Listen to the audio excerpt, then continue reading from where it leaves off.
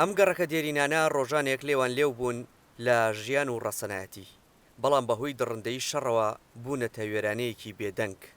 ئێرە بەشی لای ڕاستی مووسڵە. لەژێر هەر بەردێکی کەوتودا چیرۆکێکی خامناک و هاوارێکی کپکراوی مرۆیی نێژراوە. دوای گەڕانەکانمان شەعلان دەبینین. ئەو گەنجە ڕۆژنامەوانەی لە کاتی هاتنی داعشدا بۆ شارەکە نزیکەی 3 ساڵ بە گوتەی خۆی لەم خانوانەدا خۆی حەشار دەدا و هەڵنایەت. یەکبەیەکی چیرۆکەکانی بیرماوە کە چۆن داعش لە ماوەی فەرمانڕەوایەتیدا کاتێک ڕوبەڕووی هێزە دەبوویەوە بەردی خانوەکان دادەڕمان. لكن المنطقة القديمة لحد الآن تطاع. ناوچەی کۆن تا ئێستاش تینووی ئەوەیە ژیانی بۆ بگەڕێتەوە خەڵکەکەی بگەڕێنەوە بۆ ناوی. هەندێک شوێن هەن کە ڕێکخراوە نێودەوڵەتیەکان وەریان گرتوون و سەر لە نوێ ئاوەدانیان کردوونەتەوە، بەڵام هەندێک لە شوێن و ناوچەکان تا ئێستاش وێرانن. ئاسەواری شەڕ تا ئێستاش ماوە و پاشماوەکانی شەڕیش بە هەمان شێوە هێشتا بوونیان هەیە. أن تنظر إلى هذه العمليات.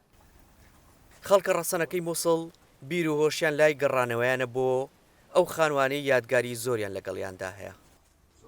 هەرێکێک لە کۆڵانەکانی مووسڵ گەواهیدەری ئەو ڕاستیەن کە برینێکی قوڵ بەر جەستەی مێژوو کەوتووە. ڕەنگە ئەو برینەش بە ئاسانی ساڕەژ نەبێت.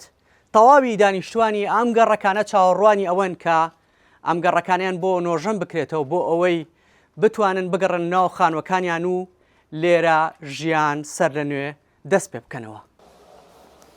حاجی مەحەمەد دوکانێکی بچووکی فرۆشتنی کەرەستەی ماسی هەیە لە نزیک خانووە کۆنەدا ڕووخاوەکەی و باسی خانوەکەی دەکات. المنطقة القديمة أشوف شتا وڵا ناوچەی کۆن سیرکە ئێستا پێشتر حەزت دەکرد بچتە ناو گەڕەکەکانەوە.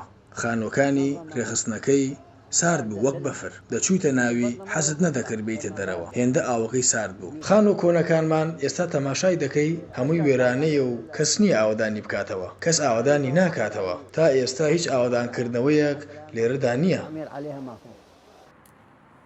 بە گوێرەی ئامارێکی ئیدارەی مووسڵ لە ماوەی ساڵانی 2014 تاوەکو 2017 لە ڕوبەڕووبوونەوەی چەکدارانی داعش و هێزەمنیەکان 250,000 خانوو باڵەخانە زیانیان بەرکەوتووە.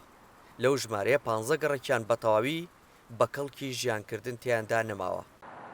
لەسەر ڕووباری دیجلە حکوومەت و ڕێکخراوە نێودەوڵەتیەکان دەستیان کردووە بە سەر لە نوێ بنیاتنانەوەی خانوەکان بە هەمان دیزاین و شێوازە تەلارسازیەکەی سەردەمانی کۆن.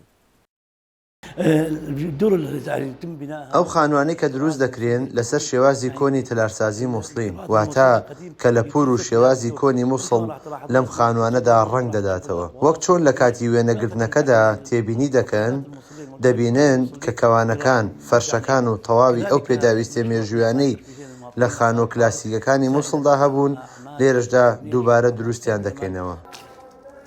لە بەشێکی دیکەی ئامارەکە ئیداری مووسڵدا هاتووە. تا ئێستا تیمە مرۆیەکان 1750 تەرمیان لە ژێر خانۆ ڕووخاوەکان دەرێناوە و پێشبینی دەکرێت زیاتر لە 5,000 کەس هێشتا تەرمەکانیان لە ژێر خانوەکاندا بن، لەگەڵمانەوەی هەزاران بۆمبی چێنراو. بۆیە ئەوەش بربەستی زۆری بۆ حکوومەت دروست کردووە لە سەر لە نوێ بنیاتنانەوەی تەواوی خانۆ کۆنەکان. دیار جەمال دەنگی ئەمریکا، مووسڵ.